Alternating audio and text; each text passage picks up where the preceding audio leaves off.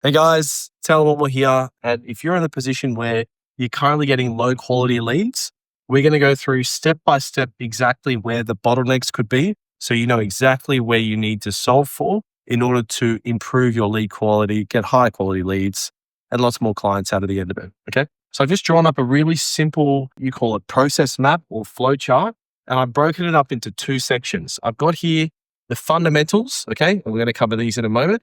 And I've got here the overall process. And it's going to be in either one of these two sections where the bottleneck is going to be. So first things first is the ICP. Another name for this is an avatar or an ideal customer profile, or some people call it a persona as well. So think like these are the things that you need to know about your target audience, because you're going to be reaching out to them and connecting with them, and they're going to be seeing your content. So you want to know everything you can about this person. So this is the first place to start. So if you're not getting high lead quality right at the moment, or you're not getting high qualified leads, I would check, do I understand who my ideal customer is? The avatar, the persona, okay? And is the ads or any kind of outreach or messaging that I'm putting out to the market, is it specifically talking to these people? And not necessarily to the point where you're calling out their occupation or their job title, but is it resonating with the situation or position that my ideal customer profile is currently in right now? Okay, so that's the very first thing. From there, next thing is to understand the problem. Okay, so now we know what situation they're in right now. Do we understand what problems they're currently solving right now? Let's say, for example, if I am a property investment firm and I'm looking to target people who are existing property investors or are currently homeowners, do I understand the problems that they're currently facing? One problem might be borrowing capacity. Okay. They might not have current borrowing capacity that they can go out and purchase their next home. This also works if you're a mortgage broker as well. Or could it be in terms of they don't know where to buy? Okay. They've currently bought a property, one or two in their current location. They're not entirely sure where the next place is to buy. Or it could be that they don't know if buying is the right thing to do at all. Maybe they've bought a property in the past and it hasn't necessarily worked out super well for them. And so they don't know if that's the method to go down, but they see all their friends and family that are continuously building wealth through property. So that could be another problem that they're in. Hopefully that's making sense, right? And then once we understand what problem, okay, that they're in, and one specifically that we can solve for, then we go to our solution. Okay. What do we offer? It might be, if we're talking about borrowing capacity, which is the problem, we may talk around a specific type of unique structure that we can help them out with, either through a company or a trust that we can utilize so that banks can lend them the money so they can buy their next property. Or if it's about where to buy, you could talk to the point where, let's say if your solution might be that you have a national coverage, right? And that you have a specific process that helps them make a non-emotional decision purely on places that are going to get them the best capital growth and generate them the most income. Or if they don't know whether to buy a property at all, then you might do an analysis based on their current portfolio on whether buying a property is actually the right thing for them, or they should just invest in shares or some other form of diversified asset class. So now we know exactly what the ideal customer profile is. We know what the problem is that they're facing, and we understand what our solution is. And you'll know effectively what you are capable of doing within your service. So this should be relatively easy, but it's only going to be easy for you once you understand the ideal customer profile and the problem. And then that comes into the offer. Okay. And so this kind of stems from the solution, but you want to package it up into a point where it's something that is tangible. It's something that people can attribute direct value from. So this might be a complimentary wealth review, or it might be a downloadable PDF or an educational guide. It might be access to a webinar or some kind of offer that packages up the solution in a tangible way so that people can access it or opt into it in order to receive that and therefore become a lead. So hopefully that's making sense. These are very much the fundamentals, right? So if you're getting high quality leads, I would work in this specific order. I'd look and say, okay, does the messaging that we put out, do we truly understand who our ideal customer profile is? Okay. Once we know that, okay, and we've listed that down in a document, Do we know exactly all the problems that they're currently facing at the moment? Have we got those listed? And are we addressing those in our outreach specifically, all the challenges? Once we know that, okay, do we actually have a solution for those people that ties in to their problems? Like, are we just offering something generic, which is broad based and it doesn't actually talk to solving someone's problems? Or is it just positioning it like a bonus or a nice to have instead of a must have? And then from then, are we packaging it up in a way that is tangible and it is attractive and is easy for someone to comprehend and understand and see the value in so that they can then opt in, right? And become a lead or, book a call or download the guide. So these are the fundamentals. The good news is that if you've got all these things in place, then it's going to be a case of the process. If you can see any potential gaps in any one of these things, the good news is that if you fix one or a couple of these things, then a lot of these things will stem down and create positive effects for you and significantly improve your lead quality. Okay, so that's the fundamentals. Next, we're going to go into the actual process itself. So the good news is if you've got these first 4 areas addressed and you know these really well, then a lot of this stuff becomes relatively simple and straightforward. It's just like having water sort of flow through and just identifying where the bottlenecks are and then solving for those, right? So we've got all these. Next is we want to look at what our messaging is. Okay, so are we portraying all this info in the best possible way? Okay, are we communicating it to people? Is it in layman's terms? Is it easy for them to understand and comprehend? Are we using a lot of white space in our messaging so that it doesn't look like clunky paragraphs? Okay, is it simple? Simple things are typically more higher in quality. From then, we want to say, okay, does that translate to our copy and our creatives? By copy, this might be your ad copy that you've got, so the actual text that you've got physically. This might be the copy on the landing page.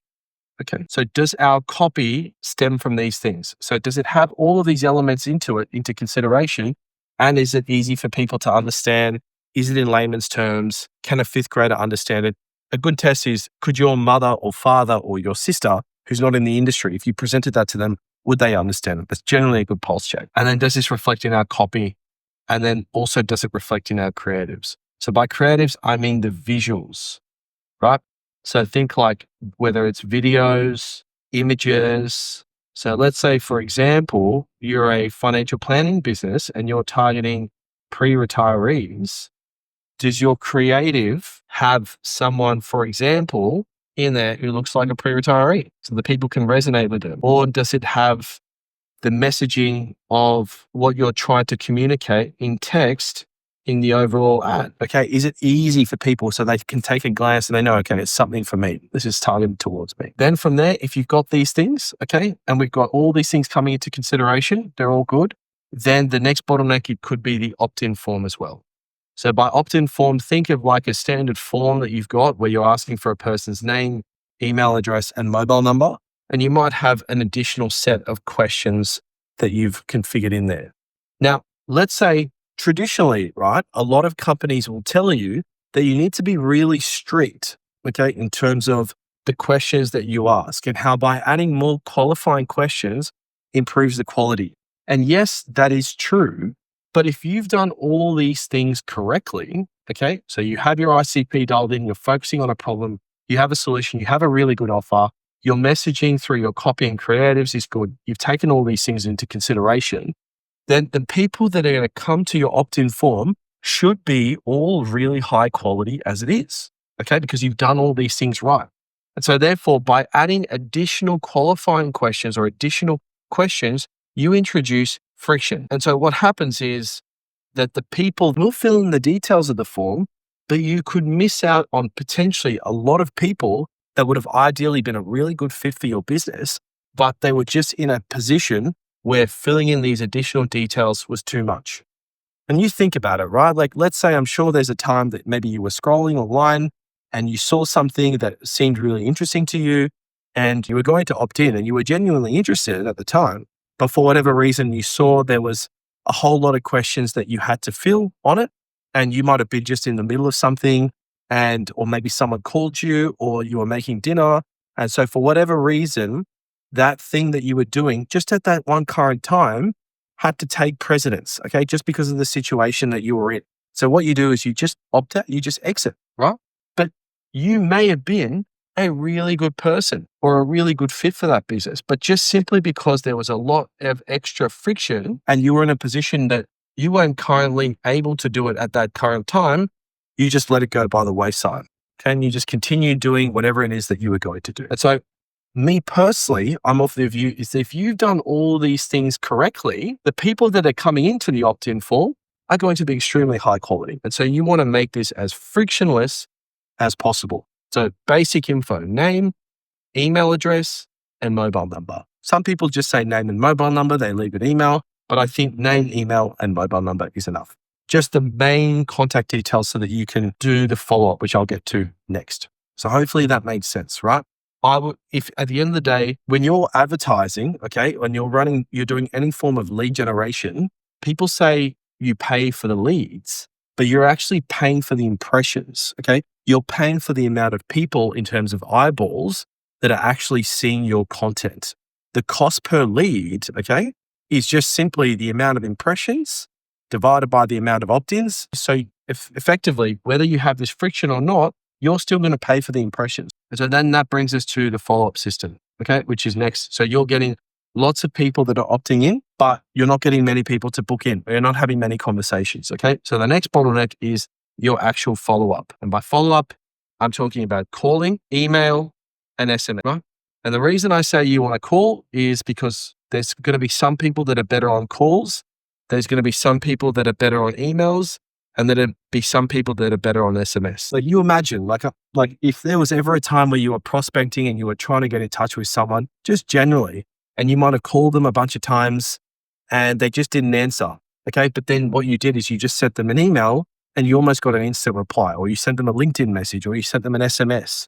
And so it's just the current situation that they're in that they had to do something else, which just took precedence. Okay. So what a lot of people do is they get this and then they don't have conversations and they get demotivated and they say the lead quality isn't that great. The lead quality, if you've done these things, the lead quality you should be getting is fantastic. Okay.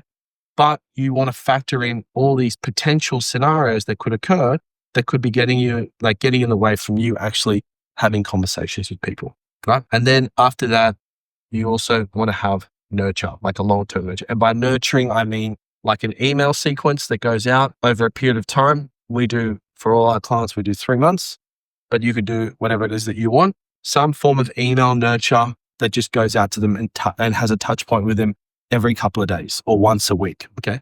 And the reason being is that, again, you may have done all this correctly and the person's super high quality. You're touching base with them on all channels, but it's just simply timing, right? They might be like a planner and just planning ahead of time. And for that reason, they're keen, they want to do the thing, but they're just not in a position where they can do it right now.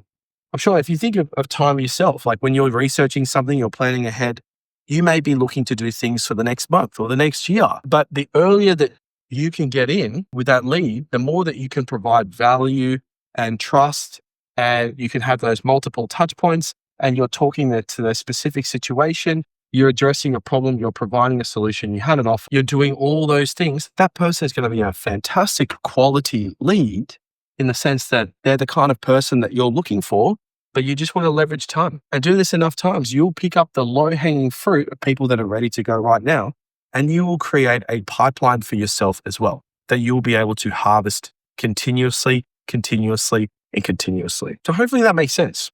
So these are the fundamentals, right? So if you're at a position, I would start here, just work literally in chronological order from your ICP to the problem. So I do ICP, we talked about the avatar, the persona, knowing that back to front, the problem, understanding what that problem is, understanding the solution, okay, that you have to offer, packaging it up in a tangible offer that people can see immediate value from. And then once you have those things, working through the process. Does my messaging correlate? Am I factoring in white space? Is it in layman's terms? Is it easy for people to understand and consume? Am I portraying that messaging in my copy and my creatives? Is it succinct? Is it consistent across the board? Then in the opt-in forms, okay, am I potentially adding too much friction for people? and missing out on people that otherwise would have been a great fit? Secondly, I'm getting lots of opt-ins, but am I doing the follow-up? Am I leveraging call, email, and SMS? Am I factoring in the fact that perhaps just the timing, getting them, like I'm just not getting them at the right time, and so I have to try for a few days? And then if I'm doing that, have I got something in place, a nurture in place to continuously nurture these people and educate them over time so that when they're at a time where they're ready and they can actually do something, then I'll be the first person that comes to mind with them. Okay.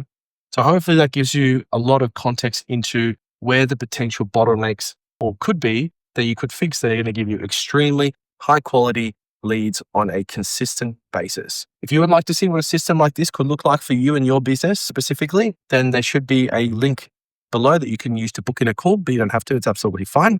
Otherwise, I hope this has provided you with a lot of context. So thank you again so much for your time. My name is Allan Whatmore. I hope you have a fantastic day, and I'll speak to you soon. Bye for now.